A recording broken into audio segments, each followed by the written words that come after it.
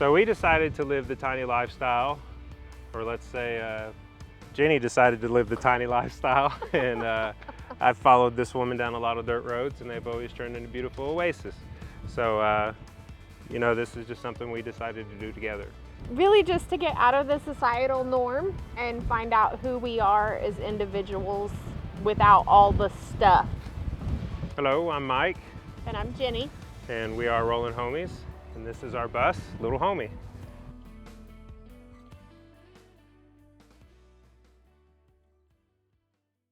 When you're thinking about storage, we're working to minimalize our life, so you need to think about what really works in your life and what you need, and then build your storage for what you need in your life. Don't just build storage to build storage, because storage brings stuff.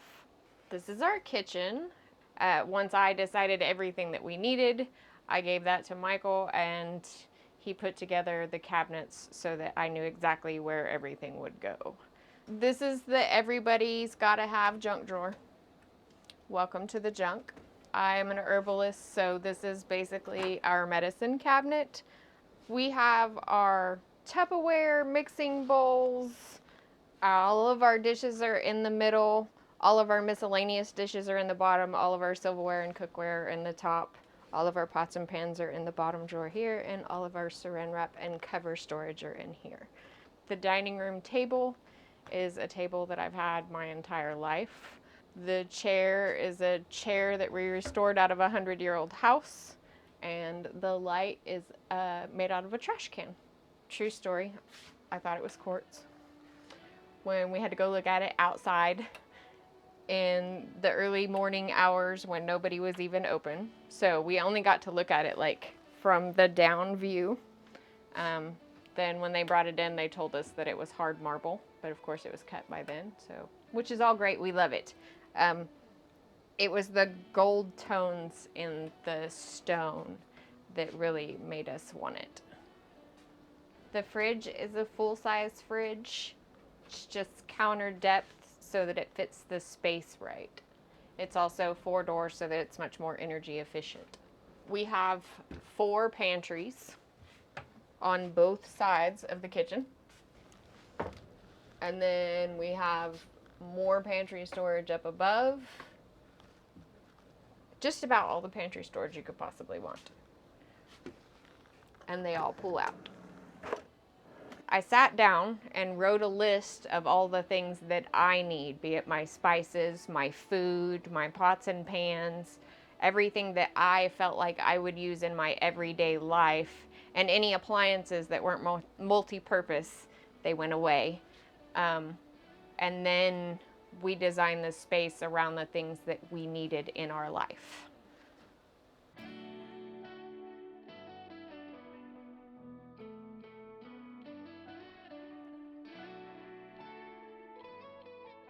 This is our bedroom.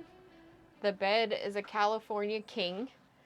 We have about 6 more inches in length than even a California king, all the way up to the top. We have 4 giant drawers underneath the bed, as well as extra storage all through the center. We have all of the storage in the back of the bed, and a 4-drawer dresser built in at the foot of the bed. So more than enough clothing storage in the back. The chandelier is the same chandelier that we had in our house, just a much smaller version to just kind of make it more our home. Basically, this is just our hallway of our bus, but it's also the wardrobe closet area, the shower area. It's where we do our laundry. We do have a compact 2-in-1 washer and dryer unit, but we don't really use the dryer so much because the dryer side of things, it does use a lot of juice or battery power. It is a 120 volt unit, so you don't need a typical 30 amp service, or you don't have to have a lot of power to run this unit, but it does heat the bus up, and in the summertime we have to try and avoid that. Just like your fridge is it's gonna put heat off inside of your bus. So one of the ways we help manage that heat or dry our clothes is we actually, this is one of our most recent additions, we put in a clothesline. Great purchase. Like, it even like kind of helps cool the bedroom area down sometimes when we turn the fans on, because you have damp clothing hanging here, and it's just really is a huge energy saver. This is the wardrobe closet. Probably don't want to get into this too much, but I designed this. I just basically, we had the space and I drew it up, and I asked Jenny, I was like, hey, do you like the way the shelves look? Do you like the way everything looks? And she said, yeah. And so originally I was only going to have 2 drawers here, and basically we have our dirty laundry. So all of our dirty laundry goes there. And when this drawer is filled, we know that that is enough to do a load. And so that's how we kind of manage our clothing and doing laundry. This is kind of like a drawer that was dog stuff, but we're still trying to figure out how to really purpose it. This is kind of the inside utility closet area. There's clothes here, but we also have, that's where my electrical panel is and my DC distribution panel too. My thing is that if a breaker pops, I don't want to have to go run downstairs, figure out which one it was, come back up, figure out what it was that made it pop. Game changer. Part of the way that we made this feel like a home is this is the way it rolls. I don't really put anything up. I take down a plant or two, and that's it. We roll like this. Everything is pretty much glued to the wall. So I have all of my family portraits. I have artwork that were done specially for us. Paintings from our daughter. All of it is stuck and not going anywhere. So here we are in the shower. You know, everybody loves a big shower. Everybody, you know, it's important. It was actually going to be larger. We were going to give ourselves 5 feet of space, and then we realized that that was going to kind of eat into our dining area, and then also the the bathroom area next door here. So this is a 40-inch by 32-inch pan. It's actually a great size. No skylight in the shower. Instead, we've just got a simple mini max air fan. It opens up. It's got an LED light on it.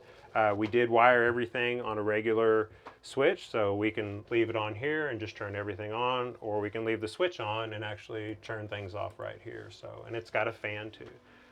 Something I will say about building your walls, literally all the walls I put in here, I made them my own custom width. I didn't buy like a 2x4 and build it, 3.5 inches wide. I cut all the walls down to the size I wanted them to be. As far as thickness or depth goes, just something to consider, which I thought I did, but not enough, is just always think about your shower valve and how it's going to land in the wall. I mean, I did do it, but I just didn't give myself enough space, and so when I was done and I put the tile on, the tile was actually thicker than I originally thought it was going to be, and so I had to work in this little bitty hole and glue some wood in there so that the shower valve would actually stick out far enough and I could finish the escutcheon plate and put it on. This works perfect for us. We still do Army showers in this and everything, get in, get wet, lather up, rinse off, and you're done. So you can take an hour-long shower in here if you want, or you can take a 5-minute shower.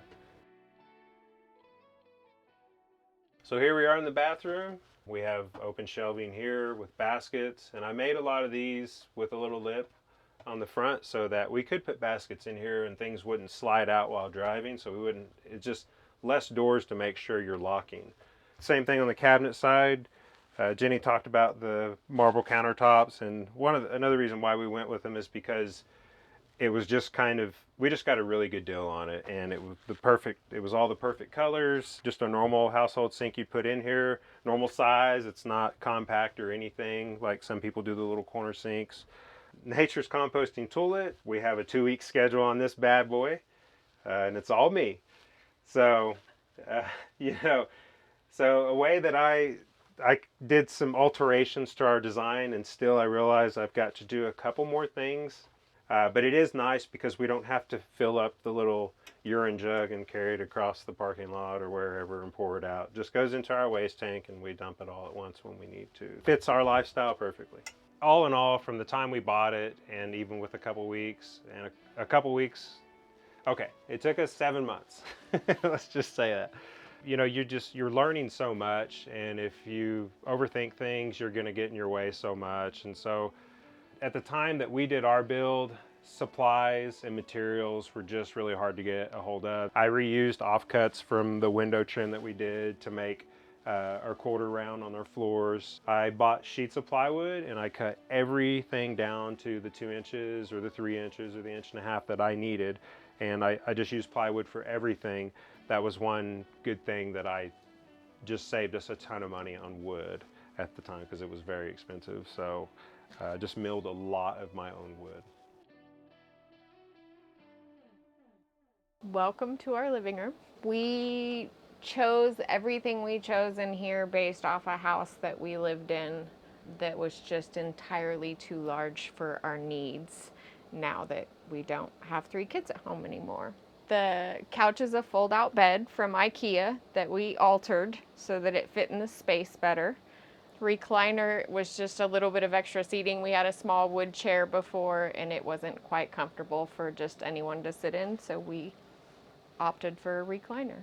The curtains, originally we had kind of a flowy muslin type material, which in the heat of the desert does not really work out. So I went with a more thermal grade material and made something a little more Roman shade-esque to block out the heat and double over. The cubbies are 100% Michael. The shelves are, again, a play on the house that we had. We had a very nice look through in our kitchen that we remodeled. The shelves went through to our sunroom so we could see everywhere outside, and so we just wanted to bring that same thing into our new, small, tinier home.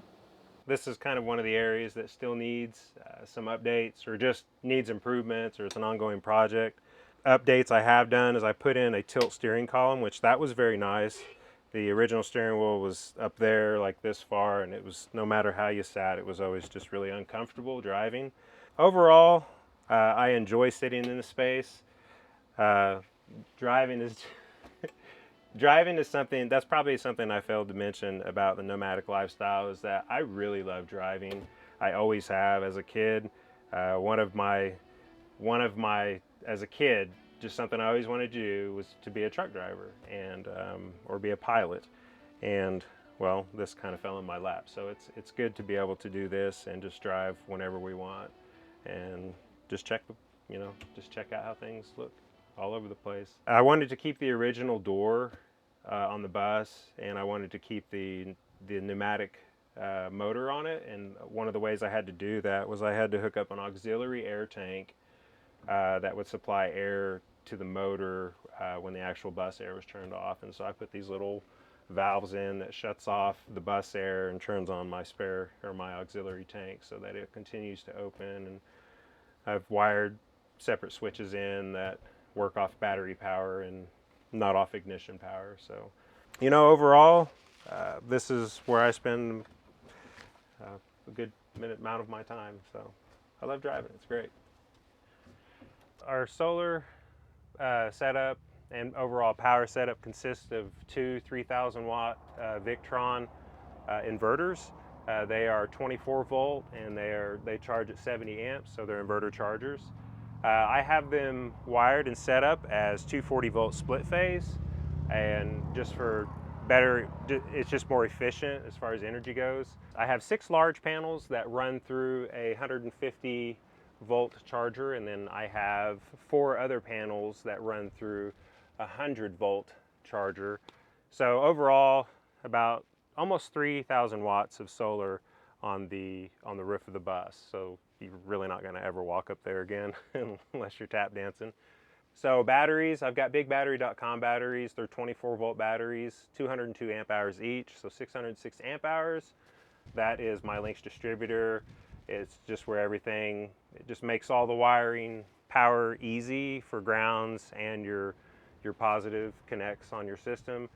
And then all the way over the side, those are my DC to DC chargers ran in parallel. So when the bus is running, we can also charge the batteries off of those and off of the alternator. So they take the 12 volt current, kick it up to 24 volt, and give us an additional 40 to 50 amps of charging while we're driving.